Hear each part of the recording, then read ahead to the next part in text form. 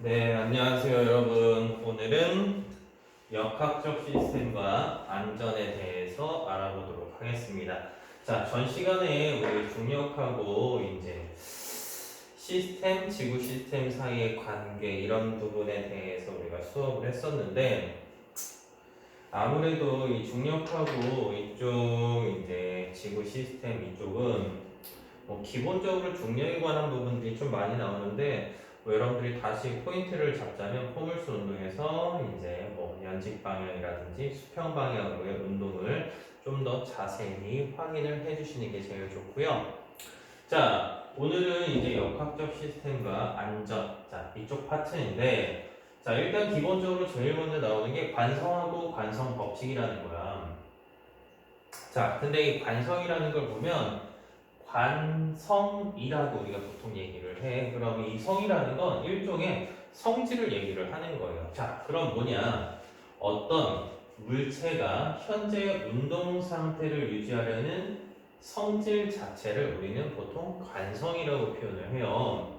자, 그러면 이 관성을 유지한다라는 게 뭐냐? 자, 예를 들자면 이런 거야. 여기 있는 뭐 보이는지 안 보이는지 잘 모르겠지만 만약에 이렇게 가만히 정지해 있는 펜이 있다.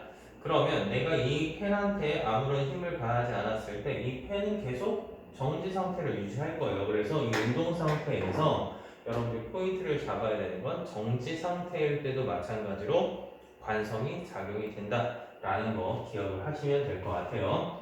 그래서 물체가 현재 운동 상태를 유지하려는 성질 자체를 관성이라고 보통 표현을 합니다. 자, 그러면 이 관성의 크기라는 건 보통 질량에 비례하거든요. 이 관성이랑 질량이랑 비례를 한다라는 뜻은 뭐냐? 자, 우리가 지표면에 자 이렇게 장난감 자동차 한 대랑 실제로 이제 운행하는 버스가 있다라고 가정을 해봐요.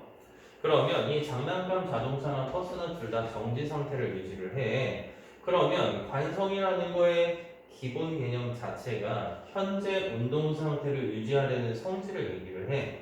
근데 이 장난감 자동차 같은 경우 내가 발로 뻥 차게 되면 어때요? 금방 스르륵 움직이게 되겠지. 근데 버스는 동일한 힘을 줬을 때 이 버스가 움직일까 안 움직일까? 버스 내가 발로 뻥 찬다고 해서 이 버스가 움직이진 않는단 말이야. 그럼 얘랑 두 가지의 가장 큰 차이점 뭐냐? 이 질량이라는 거야. 그러니까 질량이 크면 관성이 커지기 때문에 얘네들 운동 상태를 변경시키기가 어렵습니다. 자, 얘를 그러면 뭐 정지 상태에 있는 거라고 얘기를 했는데 그럼 바꿔서 한번 얘기를 해볼게. 만약에 멀리서 빠르게 달려오는 장난감 자동차가 있어. 근데 이 장난감 자동차 같은 경우는 내가 이렇게 손으로 딱 맞게 되면 어때요? 금방 멈출 수가 있단 말이에요. 즉 운동 상태를 변화를 시켰단 말이에요. 근데 이 버스 같은 경우가 꽤 빨리 오고 있어. 뭐 한 40km/h 속도로 이제 오고 있는데 내가 거기서 앞으로 장난감 자동차를 막은 것과 동일하게 손을 딱 댔어. 그럼 나 어떻게 되겠어? 피 질질 흘리면서 어때요? 병원 가야 된단 말이야. 왜? 이 관성 자체는 질량이 크면 클수록 관성이 커지기 때문에 그렇다. 자, 그러면 이런 관성 때문에 나타나는 현상이 뭐냐? 자, 정지 관성과 정지 상태를 유지하려는 관성을 정지 관성. 자, 운동 상태를 유지하려는 관성을 운동 관성이다 라고 표현을 해요. 그래서 자, 우리가 버스에 탔어. 그러면 나는 가만히 있으려고 하는데 자, 나랑 버스야. 자, 나는 가만히 있으려고 하는데 버스만 앞으로 갔지. 자, 버스가 앞으로 출발하기 때문에 나는 내가 정지 상태를 유지하려는 관성 때문에 어떻게 된다? 뒤로 쏠리게 된다.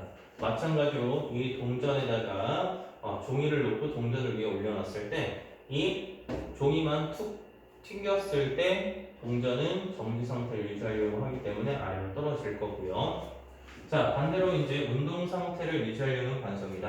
자, 그럼 버스가 갑자기 멈출 때, 그러면 버스랑 나는 같이 운동을 하고 있었단 말이야. 근데 나는 멈추려고, 나는 계속 운동을 하지만 버스가 멈췄어. 그러니까 나는 어떻게 되겠어? 가려고, 원래는 이런 식으로 같이 갔어야 되는데, 나는 계속 가고 버스는 멈추는 거야. 그러니까 내가 앞으로 쏠리겠지. 그래서 앞으로 이동을 하게 되겠고요. 달리던 상태에서 누군가가 나의 발을 걸어주었다. 발을 걸어주게 되면 어때요? 나는 앞으로 가려고 하는데 내 발은 앞으로 못 나가는 거겠지. 내 발이 앞으로 못 나가기 때문에 내가 앞으로 넘어질 수밖에 없다라는 거 기억을 해주시면 될 것 같아요. 자, 그래서 이 관성을 나타내는 법칙을 우리가 관성 법칙이라고 얘기를 하는데, 자, 한 물체에 작용하는 알짜 힘이 0이면, 자, 알짜 힘이 0이다라는 건 결과적으로 모든 힘들의 합 자체가 0이 되는 거야. 합력이 0. 또는 외부에서 힘이 작용하지 않는 경우, 외부랑 사실 내부 뭐 이런 모든 힘들이 작용하지 않을 때, 또는 모든 힘을 합했을 때가 0이 나왔을 때, 자, 운동 상태가 변하지 않는다라는 걸 의미하고요. 정지해 있던 물체는 계속 그래서 정지 상태를 유지할 거고요. 운동하던 물체는 계속 등속 직선 운동을 할 것이다. 자, 그럼 이 관성 같은 경우는 실제로, 자, 제일 중요한 일단 포인트는 관성이랑 질량이랑 비례한다라는 게 첫 번째 포인트고요. 자, 두 번째 포인트는 이 관성이 나타나는 과정, 어떤 관성이냐, 관성인지 관성이 아닌지 이 정도 파악을 하셔야 될 것 같고요. 실제로 이쪽에서 여러분들한테 제일 중요하게 포인트를 잡아야 되는 게 뭐냐, 운동량이랑 충격량 사이의 관계에 대해서 우리가 정확하게 기억을 하셔야 돼.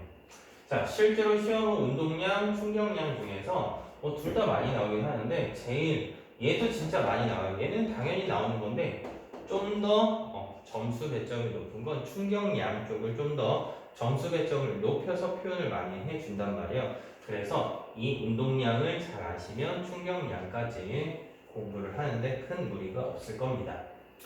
자, 그럼 운동량이라는 건 우리가 보통 뭘 의미하느냐? 운동하는 물체의 운동 효과를 나타내는 양을 우리는 보통 운동량이다라고 얘기를 해요. 자, 여기도 뭐 초록색 글씨로 나와있지만 운동량은 운동하는 물체의 관성으로 볼 수 있다라고 얘기를 합니다. 그러니까 운동하는 물체가 어떤 효과를 나타내느냐, 자, 이걸 운동량이라고 하는데, 자, 운동량은요, 질량이 m인 물체가 V의 속도로 운동할 때, 자, 근데 여기서 여러분들이 기억해야 될 게 있어요. 우리가 보통 속도, 중학교 때까지는 속도나 속력이나 이런 개념들 같은 경우는 별 큰 차이 없이 사용을 한단 말이에요. 근데 고등학교 문제부터 이 속도라는 개념이 나타나게 되면 이 속도라는 거 우리가 보통 벡터량을 의미를 해요. 그러니까 우리가 흔히 얘기하는 물질, 뭐 어떤 계산값이나 이런 것들을 얘기했을 때 크기만을 나타냈을 때는 우리가 보통 스칼라량이라고 보통 표현하고요. 이렇게 속도처럼 크기 플러스 방향을 의미하는 게 바로 스칼라량이라고 보통 표현을 하거든요.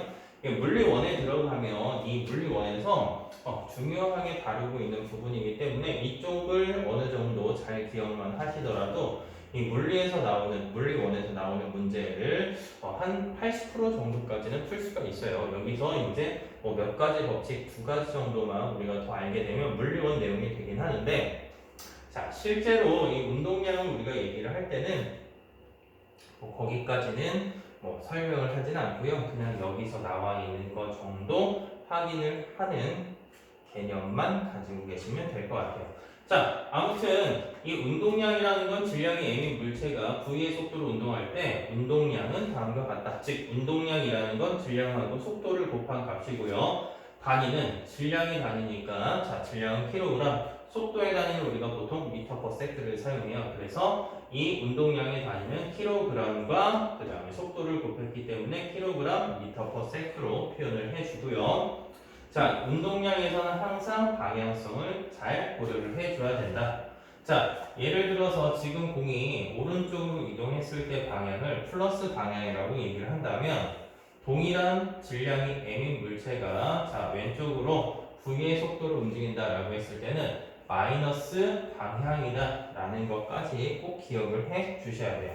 왜냐하면 이걸 이용해서 이제 충격량을 계산할 때 그 충격량을 계산할 때 여러분들이 항상 많이 틀리는 부분들이 존재를 한단 말이야. 그것 때문에 그러니까 이 운동량을 우리가 따질 때는 항상 방향성을 고려를 해줘야 된다. 그래서 플러스 방향이냐 마이너스 방향이냐, 나는 왼쪽이 오른쪽으로 갈 때를 마이너스 방향으로 하고 싶어요. 그럼 마이너스라고 해도 상관이 없어요. 근데 다만 그거의 반대 방향이면 플러스 방향이다 이렇게 써주셔야 된다라는 거 꼭 기억을 해주시면 될 것 같아요. 자, 그럼 운동량이라는 건 결과적으로 질량하고 속도를 곱했기 때문에 질량이 커지거나 속도가 커지면 운동량도 커지게 되겠고요. 자, 이 운동량의 방향은 선생님 아까 얘기한 속도의 방향과 같다. 왜 따로 나오는지는 선생님 방금 위에서 설명을 해줬지. 이 방향성을 꼭 고려를 해줘야지 정확하게 문제를 풀 수가 있기 때문에 그렇습니다. 자, 두 번째는요, 충격량이에요. 이 운동량이 뭐랬어? 운동하는 효과를 나타내는 정도를 우리가 운동량이라고 얘기를 했다면, 자, 이 충격량이라는 건 말 그대로 어때요? 물체가 받은 충격의 정도를 나타내는 양을 의미한다. 자, 보통 충격량이라는 건 얼마의 힘을, 얼마의 시간 동안 받을 때 이 충격량은 다음과 같다. 그래서 충격량은 힘 곱하기 시간으로 표현하고요. 이 충격량에서 방향은 힘의 방향, 즉 힘의 보통 벡터량을 표시를 해요. 그래서 이 힘이 가지고 있는 힘의 방향까지 같이 고려를 해준다. 그러면 충격량이라는 건 힘 곱하기 시간 변화량으로 계산을 할 수가 있다. 그럼 당연히 어때요? 충격량도 힘이 커지거나 시간이 길어지면 충격량도 커진다 라고 표현을 할 수 있고요. 이 충격량의 단위는 힘의 단위가 보통 뉴턴이고요. 시간의 단위 우리가 초로 표현을 해요. 그래서 뉴턴 세크로 표현을 할 수가 있다.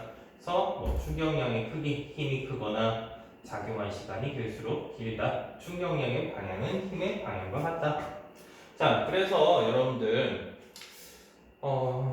배그라든지 아니면 오버워치라든지 아니면 여러분들 남학생들 같은 경우 게임을 많이 하더라고요. 근데 여학생들은 보통 게임을 별로 안 하긴 하지만, 자, 그래서 총싸움 이런 게임이다. FPS 게임 같은 경우 보면은, 자, 총의 종류가 우리가 크게 권총, 소총, 저격용총, 자, 이렇게 세 가지로 표현을 할 수가 있어요. 자, 보통 이 권총을 어디에 사용하느냐? 게임할 때 보면 권총을 어디에 사용하냐면 근거리에서 이제 아주 짧은 거리에서 상대를 맞출 때 사용하는 게 보통 권총이고요. 이동 속도가 빠르지? 가벼우니까. 자, 근데 소총 같은 경우는 권총에 비해서 이동 속도는 좀 느리긴 하지만 그만큼 어때요? 파괴력이라든지 아니면 정확성이 좀 더 뛰어나요.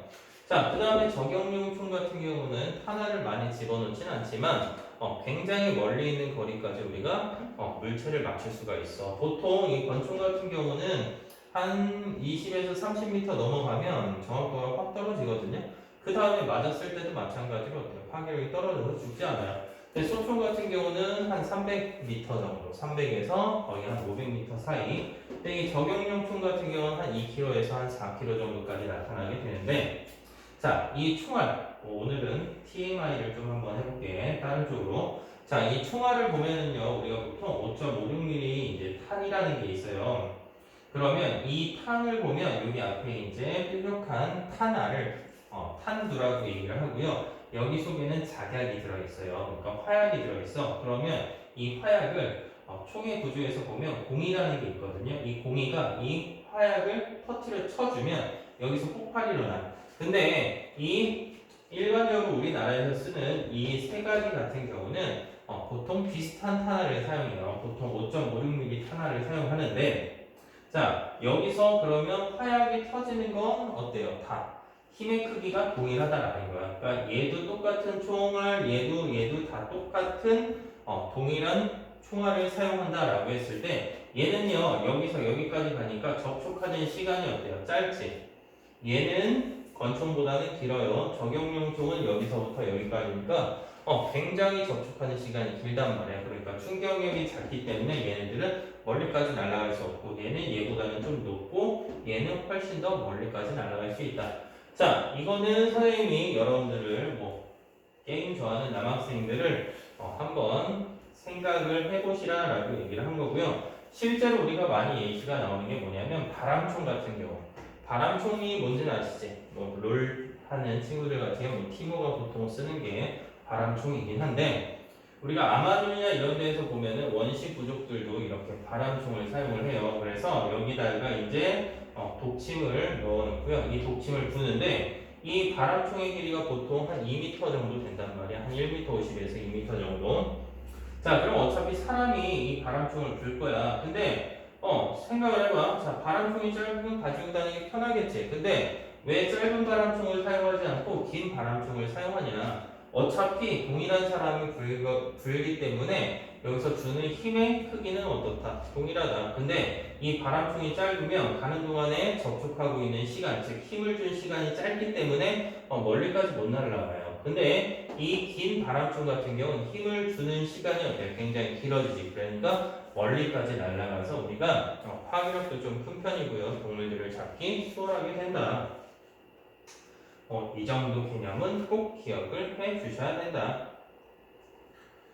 자, 두 번째는요, 이제 이 충격량에서 많이 이제 틀리거나 아니면 이해를 못하는 친구들인데, 그래프가 나와요, 충격량에서.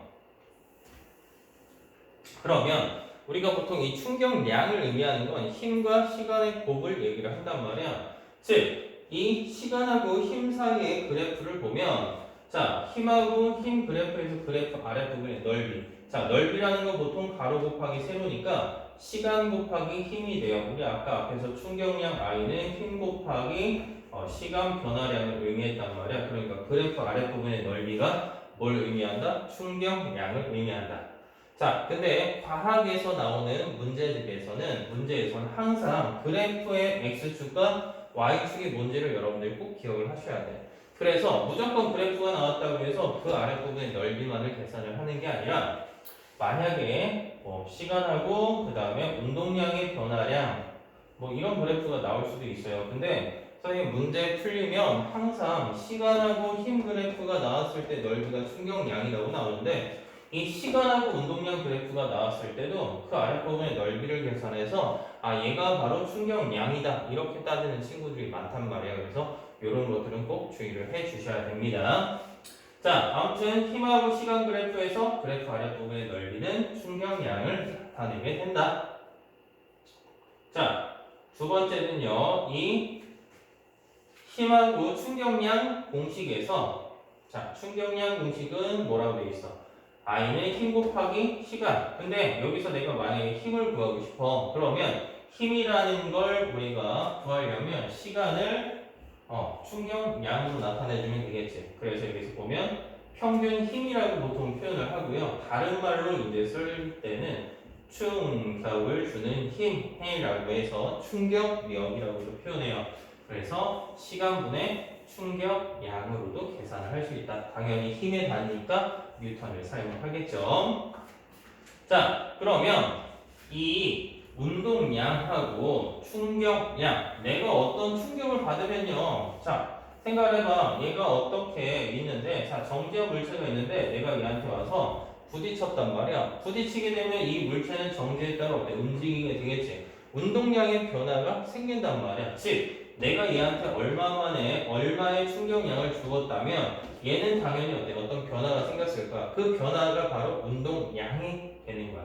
그래서 자, 여기서 이제 내용을 정리해서 살펴볼게요. 자, 어떤 물체가 힘을 받게 되면 속도가 변함으로 자, 운동량도 마찬가지로 변하게 돼요. 그래서 이 충격량을 계산을 하려면 운동량의 변화량으로 계산을 할 수가 있고요. 자, 이 운동량의 변화량이라는 건 보통 낮은 운동량에서 처음 운동량을 계산을 해주면 된다라는 거예요. 자, 봅시다. 여기 문제집에 굉장히 잘 나와 있죠. 자, 문제집이 잘 나와 있는데 자, 이 운동량하고 충격량의 관계예요. 자, 어떤 물체가 운동 방향으로 충격량을 받으면 그만큼 운동량이 증가한다. 반대로 물체가 운동 방향과 반대 방향으로 충격량을 받으면 그만큼 운동량이 감소하는데 자, 어떤 물체가 가지고 있는 처음 운동량이 있고요. 내가 힘을 F런의 힘을 줘서 T 시간 동안 힘을 작용했단 말이야. 그럼 충격을 받은 거지, 그치? 그럼 결과적으로 얘는 어때요? 속도가 증가하게 됐을 거야. 그러니까 나중 운동량을 계산을 할 수가 있어. 그러면 결과적으로 이 충격량만 빼려면 처음 운동량을 어때요? 반대로 빼주시면 되겠지. 그래서 운동량이 변화량이라는 거, 운동량의 변화량이라는 건 충격량을 의미한다 라고 꼭 기억을 하시면 될 것 같습니다. 자, 여기 보시면 운동량의 변화량을 크게 한다. 자, 운동량의 변화량을 크게 한다라는 건 선생님이 아까 앞에서 얘기를 해줬죠. 운동량의 변화량이라는 건 충격량이고요. 이 충격량이라는 건 힘과 시간의 곱으로 표현을 할 수가 있어. 당연히 힘이 커지던가 충격량, 접촉하고 있는 시간, 힘을 가한 시간이 길어지면 된다. 그래서 대포의 포신, 이것도 가끔 가다가 이제 모르는 친구들이 있는데, 포신이라는 게 뭐냐면 이 대포의 포의 길이를 얘기를 해요. 그래서 포신이 길면 포탄을 더 멀리까지 보낼 수 있다. 왜? 짧은 애랑 긴 애랑 비교를 했을 때 동일한 폭탄을 사용한다라고 했을 때 얘는 접촉하는 시간이 길고요. 얘는 시간이 짧기 때문에 그렇습니다. 자, 그 다음에 테니스 경기에서 라켓을 끝까지 휘두를수록 우리가 뭐 테니스라든지 야구라든지 아니면 골프라든지 보통 이 스윙을 했을 때 팔로잉이 중요하다라고 얘기를 해요. 그러니까 이 공을 쭉 밀어칠 때, 즉 공을 쭉 밀어친다라는 건 뭘 의미하냐면 공을 예를 들어서 내가 주는 힘은 어차피 거기서 거길 거야. 그러면 테니스 공을 이렇게 끊어칠 때, 그럼 얘가 끊어치면 어때요? 접촉하고 있는 시간이 짧지. 근데 얘를 채를 이용해서 끝까지 쭉 친다라는 건, 자 여기서는 투웅 하고 날아갈 거야. 근데 여기서 끝까지 휘두른다면 투웅. 자 이런 식으로 어때요? 접촉하고 있는 시간이 길어지게 되는 거야. 접촉하고 있는 시간이 길어지기 때문에 이 운동량의 변화량이 커진다. 즉 충격량이 어떻게 된다? 커지게 된다. 자, 뭐 충격량과 운동량의 관계 유도인데, 이거 같은 경우는 사실 뭐 많이 나오지는 않아요. 거의 나오지는 않는데 한 번만 그냥 확인해줘요. 자, 질량이 m이고 처음 속도가 v1인 물체에 시간 동안 일정한 힘 F가 작용해서 나중 속도가 v2가 됐다.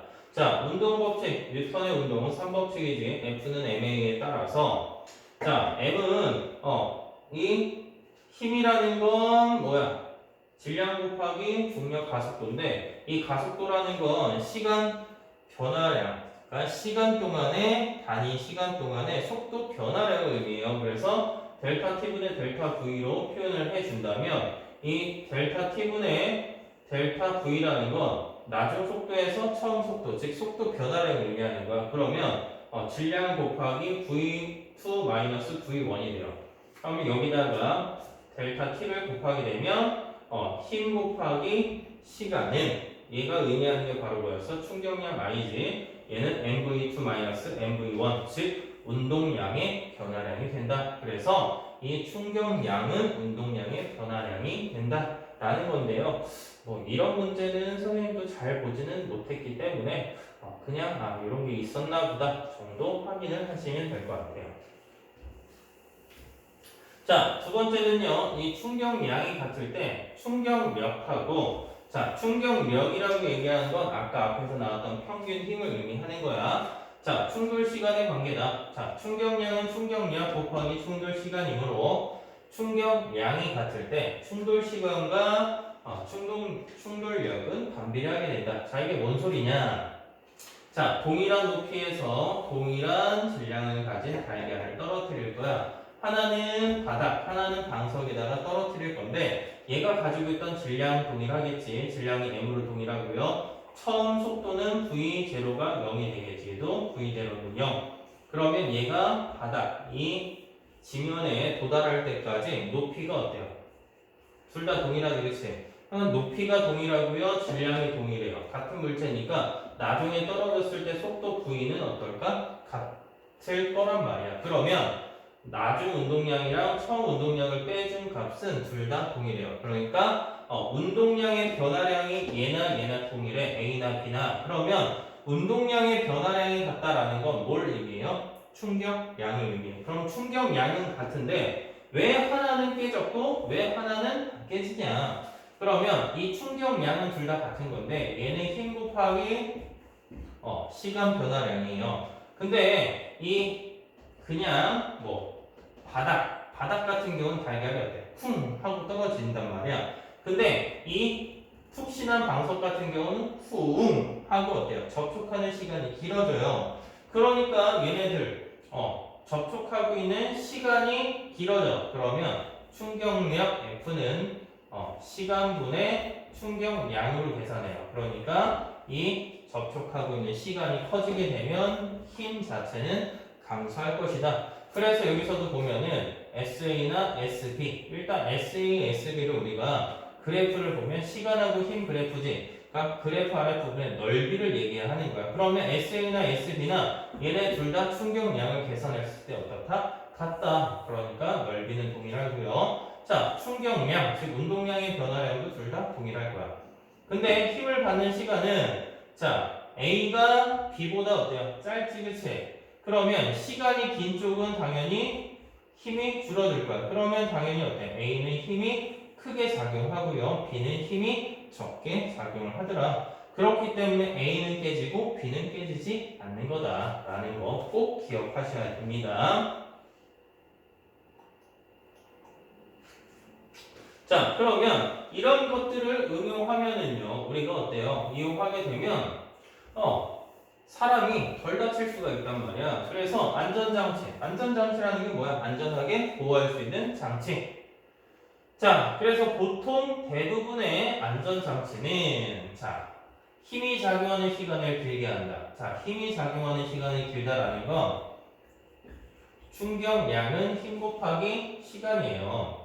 근데 충격력을 따지자면 접촉하는 시간을 충격량으로 나눠주면 되지. 얘가 길어지게 되면 힘을 적게 받는 거예요. 힘을 적게 받는다라는 건 그만큼 어때? 우리한테 타격이 적게 오겠지. 그래서 에어백, 범퍼, 안장, 보호구, 그 다음에 멀리뛰기 했을 때 착지할 때, 그 다음에 포수가 야구공을 받을 때는 어때? 항상 뒤로 빼면서 받는단 말이야. 하나, 둘, 셋, 넷, 다섯, 여섯 개는 모두 다, 자, 뭘 이용하는 거다? 접촉 시간을 길게 가져가게 되면 힘 자체가 줄어들어서 우리가 어떻다? 안전하게 사용을 할 수가 있다. 자, 일상생활, 보장제, 푹신한 거, 놀이매트, 이런 것들도 다 마찬가지로 접촉 시간을 길게 한다. 자, 근데 여러분들 여기서 하나 기억하셔야 되는 게 안전벨트. 안전벨트 같은 경우는요, 이 접촉하는 시간을 길게 하는 게 아니에요. 자, 안전벨트는 뭐 때문에? 관성 때문에 우리가 빠르게 달려가던 차가 갑자기 멈추면 어때? 우리가 튕겨져 나가겠지. 그래서 튕겨져 나가는 관성을 막기 위해서 안전벨트를 하는 거고요. 이 안전벨트 같은 경우는 그래서 실제로 다쳤을 때, 사고가 났을 때 갈비뼈나 이런 것들이 부러지기도 많이 부러져. 근데 왜 안전벨트를 해야 되냐? 자, 간단하게 생각해봐. 고속도로야. 차가 엄청 빨리 달려. 근데 여기서 사고가 나. 그러면 여기 있던 사람이 어때요? 건너편에 튕겨 나가겠네? 그러면 여기서 어때요? 반대편에서 오던 자동차랑 어때요? 부딪히면 죽겠죠? 자, 생각해봐. 갈비뼈 부러질래요? 죽을래요? 뭘 선택하겠어? 선택은 여러분들 자유예요. 그러니까 여러분들 안전하게 살려면 안전하게 이제 사용을 하기 위해서는 우리가 안전벨트를 착용해서 관성에 의해서 멀리 튕겨 나가는 걸 방지를 해 주셔야 된다라는 거 기억하시면 될 것 같습니다.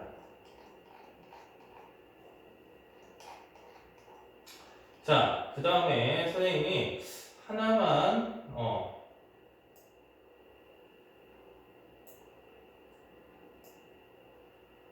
문제를 풀어주도록 할게요. 아까 이 충격량을 계산을 할 때 운동량의 변화량을 우리가 구하라고 했잖아요.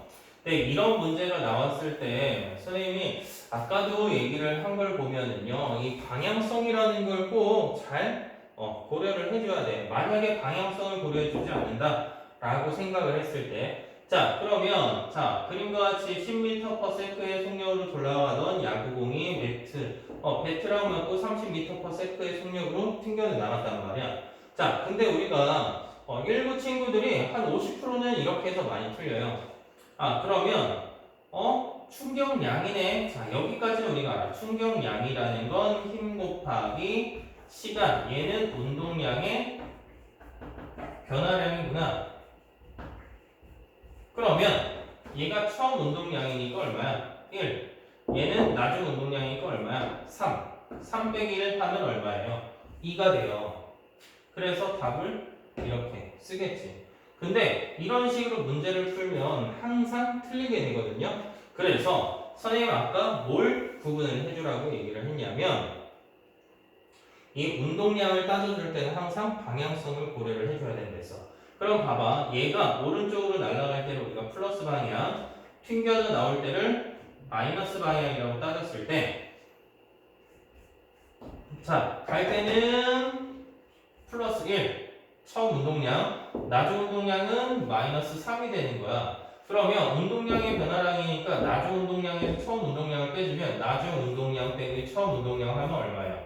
4예요. 마이너스 4. 아까 맨 처음에 방향성을 고려를 안 해줬을 때는 2가 나왔는데 지금 방향성을 고려해 주니까 어때요? 4가 나왔단 말이에요. 선생님 근데 여기서 마이너스 4는 없는데요. 마이너스는 여기서 물어보는 건 크기만을 물어보는 거야. 마이너스가 의미하는 건 방향을 얘기를 하는 거거든요. 그렇기 때문에 이 마이너스가 들어가지 않기 때문에 크기는 4. 그러면 아까 했던 2번이랑 어때요? 4번. 둘 중에 얘는 답이 아니고 얘가 답이 되는 거야. 그래서 여러분들이 항상 많이 틀리는 것 중에 하나거든요.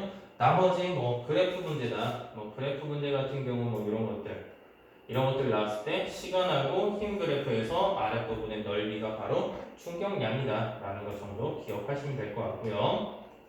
자, 그 다음에 뭐 이런 문제 나왔을 때 자, 여기서도 마찬가지로 똑같은 유리컵을 같은 높이가 처음 높이가 동일하고 당연히 지면에 도달할 때까지 속도 변화량은 동일하겠지. 그러니까 얘네들의 넓이는 서로 같다. 넓이가 같다라는 건 충격량 I가 같다는 거고요. 다만 시멘트 바닥은 충돌하는 시간이 짧고 솜은 충돌하는 시간이 길기 때문에 충격력은 시멘트가 솜보다 커진다. 이 정도 개념만 가지고 있으면 될 것 같습니다. 자, 이렇게 오늘 수업을 마무리했는데 이 중력하고 역학적 시스템, 자 이쪽 파트 자체가 학교에서 시험 나올 때는 엄청 어렵지는 않아. 근데 여러분들이 이제 생각지도 못한 그런 함정에 이제 잘 빠지는데 기본적으로 이 물리 파트가 여러분들이 좀 많이 어려워하긴 하는데 기본적인 공식이랑 개념은 꼭 기억을 해 주셔야 될 것 같고요. 자, 지금 선생님이 여러분들 많이 틀리는 문제 한 두 문제 정도, 세 문제 정도 간단하게 설명을 해드렸는데 그런 부분들은 여러분들이 한 번 더 주의를 기울이면서 문제를 푸시면 될 것 같습니다. 자, 오늘도 수고하셨습니다.